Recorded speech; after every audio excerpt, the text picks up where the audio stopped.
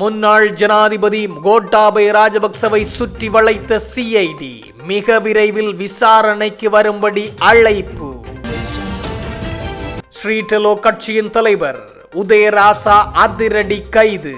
போதைப் பொருள் விற்பனையுடன் தொடர்பில் இருந்தார். 7 நாட்கள் சிறையில் அடைக்கும்படி உத்தரவு. உயிர்த்த ஞாயிறு குண்டு தாக்குதலின் பின்னால் ராஜபக்சக்களே உள்ளனர் அடித்து கூறிய அமைச்சர் பிமல் ரத்நாயக்க. மீண்டும் அதிகரிக்கும் உணவுப் பொருட்களின் விலை. அதிரடி அறிவிப்பை வெளியிட்ட உணவக உரிமையாளர்கள் சங்கம். அரச ஊழியர்களுக்கு மகிழ்ச்சியான செய்தியை வெளியிட்ட அனுர அரசு. மிக விரைவில் சம்பளம் அதிகரிக்கப்படும். முன்னாள் ஜனாதிபதி கோட்டாபாய ராஜபக்ஷ லஞ்சம் அல்லது ஊழல் குற்றச்சாட்டுகளை விசாரணை செய்யும் ஆணைக்குழுவினால் நடத்தப்படும் விசாரணை தொடர்பாக வாக்குமூலம் அளிக்க ஆணைக்குழுவில் ஆஜராகுமாறு அழைக்கப்பட்டுள்ளார். அதன்படி இந்த மாதம் 13ஆம் தேதி அவர் ஆணைக்குழுவிற்கு அழைக்கப்பட்டுள்ளதாக தெரிவிக்கப்படுகின்றது. மேலும் முன்னாள் பிரதம நீதியரசரும் முன்னாள் சட்டமா அதிபருமான மொஹான் பீரிஸையும் 16ஆம் தேதி அங்கு ஆஜராகுமாறு அறிவிக்கப்பட்டுள்ளது. கொழும்புக்கு அருகில் அமைந்துள்ள ஒரு வீட்டு தொகுதிக்கு சொந்தமான பல வீடுகளை பல தனிநபர்களுக்கு சட்டவிரோதமாக ஒதுக்கி அங்கீகரிக்கும் கடிதங்கள் வழங்கப்பட்டதை அடிப்படையாக கொண்டு இந்த அழைப்பாணைகள் அனுப்பப்பட்டுள்ளன. கோட்டாபாய ராஜபக்ஷ பாதுகாப்பு செயலாளராக பதவி வகித்த போது இந்த சம்பவம் நடந்ததாக கூறப்படுகின்றது. இது தொடர்பான எழுத்துப்பூர்வ அறிவிப்பு கடந்த வெள்ளிக்கிழமை முன்னாள் ஜனாதிபதிக்கு அனுப்பப்பட்டது. ஸ்ரீடெலோ கட்சியின் தலைவர் பானா உதயராசா கைது செய்யப்பட்டு தடுப்பு காவலில் விசாரணைக்கு உட்படுத்தப்பட்டுள்ளார். இதன் அடிப்படையில் 7 நாட்கள் தடுப்பு காவலில் அவர் விசாரணைக்கு உட்படுத்தப்பட்டுள்ளதாக காவல்துறை ஊடகப் பிரிவு தெரிவித்துள்ளது. போதைப்பொருள் கடத்தல் குற்றச்சாட்டில் நீர்கொழும்பு கொச்சிக்கடை பகுதியில் வைத்து உதயராசா கைது செய்யப்பட்டுள்ளார். இது தொடர்பில் மேலும் தெரிய வருகையில் பேலியகொடை பகுதியில் கடந்த மாதம் 29ஆம் தேதி 4 கிலோ 423 மில்லிகிராம் கொக்கைன் போதைப்பொருள் கைப்பற்றப்பட்டது. இந்த நிலையில் குறித்த போதைப்பொருள் கடத்தல் சம்பவத்துடன் ஸ்ரீடெலோ கட்சியின் தலைவர் உதயராசா தொடர்புபட்டுள்ளார் என்ற சந்தேகத்தின் அடிப்படையிலேயே அவர் கைது செய்யப்பட்டுள்ளார். இதன் அடிப்படையில் மேல் மாகாணத்தின் வடக்கு குற்றத்தடுப்பு பிரிவினரால் அவர் கைது செய்யப்பட்டு தடுத்து வைக்கப்பட்டுள்ளார். அரசு ஊழியர்களின் சம்பளத்தை அதிகரிக்கவும் அவர்களுக்கான வசதிகளை மேம்படுத்தவும் அரசாங்கம் அர்ப்பணிப்புடன் செயற்பட்டு வருவதாக சுகாதார மற்றும் வெகுசன ஊடகத்துறை அமைச்சர் நலிந்த ஜெயதிச தெரிவித்தார். ஹொரண மாவட்ட பொது வைத்தியசாலையில் இடம்பெற்ற விசேட நிகழ்வொன்றில் கலந்து கொண்டு உரையாற்றும் போதே அவர் இதனை குறிப்பிட்டார். அமைச்சர் மேலும் தெரிவிக்கையில், அமைச்சர்கள் மற்றும் நாடாளுமன்ற உறுப்பினர்களுக்கு கடந்த காலங்களில் வழங்கப்பட்ட மேலதிக வரப்பிரசாதங்களை ஏற்கனவே நீக்கியுள்ளோம். குறிப்பாக நாடாளுமன்ற உறுப்பினர்களின் ஓய்வூதியத்தை ரத்து செய்வதற்கு அமைச்சரவையினால் எடுக்கப்பட்ட தீர்மானத்திற்கு எதிராக சிலர் உயர் நீதிமன்றம் சென்றிருந்தனர். எனினும் குறித்த ஓய்வூதியத்தை ரத்து செய்வதற்கு நாடாளுமன்றத்தில் 3/2 பெரும்பான்மை பலம் தேவையில்லை என்றும் சாதாரண பெரும்பான்மை வாக்களிப்பின் மூலமே அதனை செய்ய முடியும் என்றும் உயர் நீதிமன்றம் தனது தீர்ப்பை வழங்கியுள்ளது. சபாநாயகரால் வெள்ளிக்கிழமை நாடாளுமன்றத்துக்கு அறிவிக்கப்பட்ட இந்த தீர்ப்பின் பிரகாரம் எம்பிக்களின் ஓய்வூதியத்தை முற்றாக ரத்து செய்வதற்கு அரசாங்கம் மிக விரைவில் நடவடிக்கை எடுக்கும். மக்கள் பணத்தை வீண்விரயம் செய்வதை தவிர்த்து அதனை மீண்டும் மக்களுக்கே சென்றடைய செய்வதே எமது இலக்காகும். அதேவேளை அரசாங்க ஊழியர்களின் சம்பளத்தை உயர்த்துவதற்கும் அவர்களுக்கான வசதிகளை மேம்படுத்துவதற்கும் எமது அரசாங்கம் முன்னுரிமை அளித்து வருகின்றது என்றார்.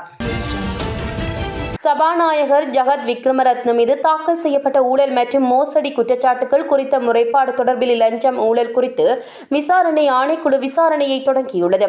இது தொடர்பாக ஆணைக்குழுவின் மூத்த அதிகாரி ஒருவரிடம் விசாரித்த போது சபாநாயகர் மீது தாக்கல் செய்யப்பட்ட குற்றச்சாட்டுகள் குறித்து விசாரணை நடத்த உத்தரவிடப்பட்டுள்ளதாக அவர் தெரிவித்தார்.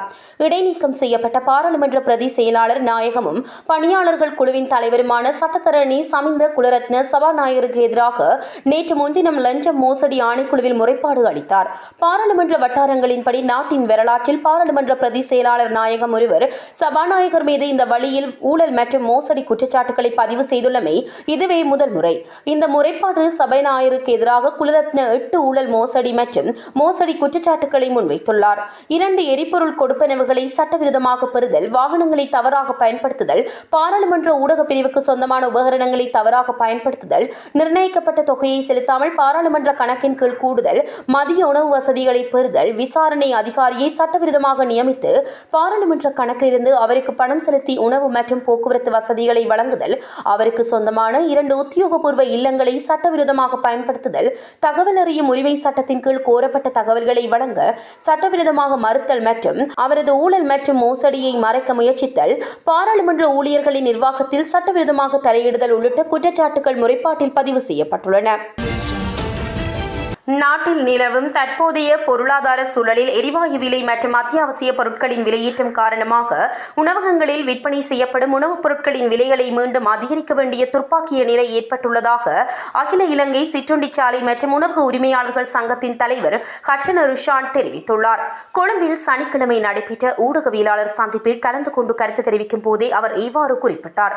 நேற்று முன்தினம் வெள்ளிக்கிழமை நள்ளிரவு முதல் மஞ்சள் நிற எரிவாயு சிலிண்டரின் விலை மீண்டும் 100 ரூபாவினால் அதிகரிக்கப்பட்டுள்ளது. முன்னைய காலங்களில் எதிர்க்கட்சி வரிசையில் இருந்தபோது தற்போதைய ஜனாதிபதி ஒரே எரிவாயுவுக்கு நிறத்தை மாற்றி ஏன் 2 விலைகள் என்று கேள்வி எழுப்பியிருந்தார்.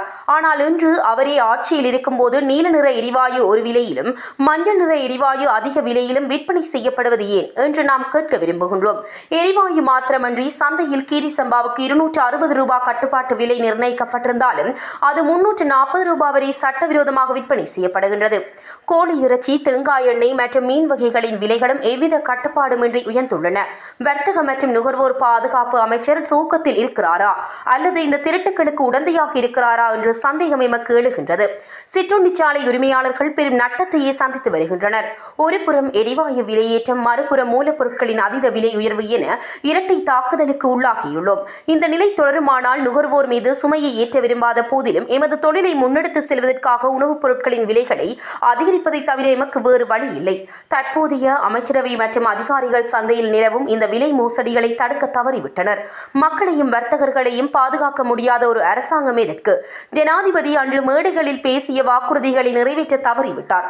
முறையான விலை கட்டுப்பாட்டு பொறிமுறை ஒன்றை அமல்படுத்த தவறினால் எமது சங்கத்தினர் இணைந்து கடுமையான தீர்மானங்களை எடுக்க நேரிடும் என்றார். தம்புள்ளை பகுதியில் கையடக்கு தொலைபேசியை மின்னேற்றிக் கொண்டிருந்த போது ஏற்பட்ட மின்கசிவு காரணமாக வீடொன்றின் அறை தீப்பிடித்து எரிந்ததில் பாரிய சேதங்கள் ஏற்பட்டுள்ளன. இம்முறை கல்வி பொதுத்தராதர உயர்தர பரீட்சைக்கு தோற்றவுள்ள மாணவியொருவர் தனது அறையில் கையடக்கு தொலைபேசியை சார்ஜ் செய்துவிட்டு மாணவியும் அவரது தாயாரும் அயல் வீடு ஒன்றுக்கு சென்றுள்ளனர்.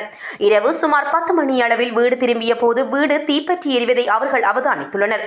உடனடியாக பொதுமக்கள், தம்புள்ளை மாநகர சபையின் தீயணைப்பு பிரிவினர் மற்றும் போலீசார் இணைந்து தீயை கட்டுப்பாட்டுக்குள் கொண்டு வந்துள்ளனர்.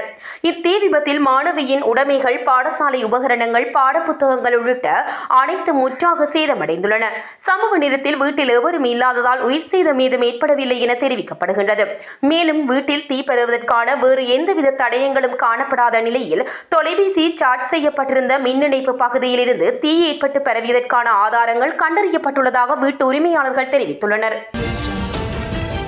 உயிர்த்த ஞாயிறு குண்டு தாக்குதல் சம்பவத்தின் படுகொலையாளிகளின் நிலைப்பாட்டையே எதிர்க்கட்சி தற்போது கொண்டுள்ளது. வழக்கு விசாரணைகளை துரிதப்படுத்துவதில் என்ன பிரச்சினை உள்ளது?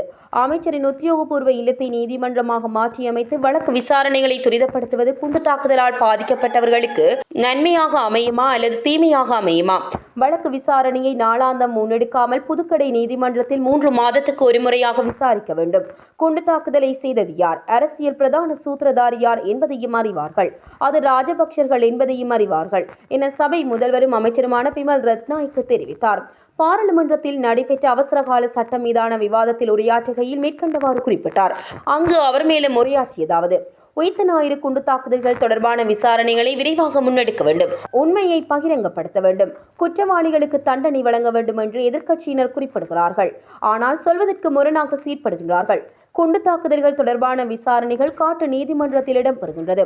அமைச்சரின் பங்களாவில் விசாரணை நடவடிக்கைகள் முன்னெடுக்கப்படுகின்றது. விசாரணைகள் தினசரி இடம்பெறுவதால் சாட்சியாளர்களுக்கும் சட்டத்திறனிகளுக்கும் முன்னிலையாகுவதற்கு கடினமாக உள்ளது. அதேபோல் பிரதான சூத்திரதாரி இல்லாமல் வழக்கு விசாரணைகள் முன்னெடுக்கப்படுவதாக குறிப்பிடுகிறார்கள். ஏதேனும் வழக்கு தொடர்பில் நாளாந்தம் விசாரணைகளை முன்னெடுப்பதில் தவறு ஏதும் உள்ளதா என்பதை நீதியமைச்சர் தெளிவுபடுத்த வேண்டும் என சபையில் இருந்த நீதியமைச்சரிடம் கேள்வி எழுப்பினார். இதற்கு எழுந்து பதிலளித்த நீதி மற்றும் தேசிய ஒருமைப்பாடு அமைச்சர் சட்டத்தரணி ஹர்ஷன நாணயக்கார, தண்டனை சட்டக்கோவையின் பிரகாரம் நாளாந்தம் வழக்கு விசாரணைக்கு எடுத்துக்கொள்வதுதான் விதிமுறை. சட்டத்தரணிகள் பகிரங்க நீதிமன்றில் முன்னிலையாகுவார்கள். அமைச்சரின் பங்களா என்று குறிப்பிட்டாலும் அதுவும் அரசு சொத்துத்தான். வழக்கு விசாரணைகளை துரிதப்படுத்துவதாக மக்களுக்கு வாக்குறுதி வழங்கினோம். இதற்கு புதிய நீதிமன்ற கட்டடங்களை நிர்மாணிக்க முடியாது. அரச கட்டடங்கள் பங்களாக்களையே பயன்படுத்த முடியும்.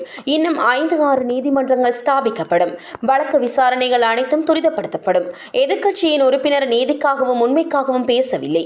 குற்றவாளிகளுக்காகவே முன்னிலையாகியிருந்தார். பேசினார் என்று எனக்கு தோன்றுகிறது என்றார். இதனைத் தொடர்ந்து உரையாற்றிய சபை முதல்வர் பிமல் ரத்நாயக்க குண்டு தாக்குதல் சம்பவத்தின் படுகொலையாளிகளின் நிலைப்பாட்டையே எதிர்க்கட்சி தற்போது கொண்டுள்ளது. வழக்கு விசாரணைகளை துரிதப்படுத்துவதில் என்ன பிரச்சினை உள்ளது? அமைச்சரின் உத்தியோகபூர்வ இல்லத்தை நீதிமன்றமாக மாற்றியமைத்து வழக்கு விசாரணைகளை துரிதப்படுத்துவது குண்டு தாக்குதலால் பாதிக்கப்பட்டவர்களுக்கு நன்மையாக அமையுமா அல்லது தீமையாக அமையுமா? வழக்கு விசாரணையை நாளாந்தம் முன்னெடுக்காமல் புதுக்கடை நீதிமன்றத்தில் 3 மாதத்துக்கு ஒரு முறையாக விசாரிக்க வேண்டும். குண்டு தாக்குதலை செய்தது யார்? அரசியல் பிரதான சூத்திரதாரி யார் என்பதையும் அறிவார்கள். அது ராஜபக்சர்கள் என்பதையும் அறிவார்கள். குண்டு தாக்குதல்கள் தொடர்பான விசாரணைகளை மேற்கொள்ளும் சாணி அபிஷேகர, ரவி செனவரத்ன மற்றும் ஏனைய விசாரணை அதிகாரிகளுக்கு எதிராகவே எதிர்க்கட்சியினர் பேசுகிறார்கள். இவர்கள் படுகொலையாளிகளின் பைகளில் இருந்து கொண்டு பேசுகிறார்கள். கீழ் நிலைக்கு எதிர்க்கட்சியினர் விழுந்துள்ளார்கள். இவர்களின் நிலைமை கவலைக்குரியது என்றார்.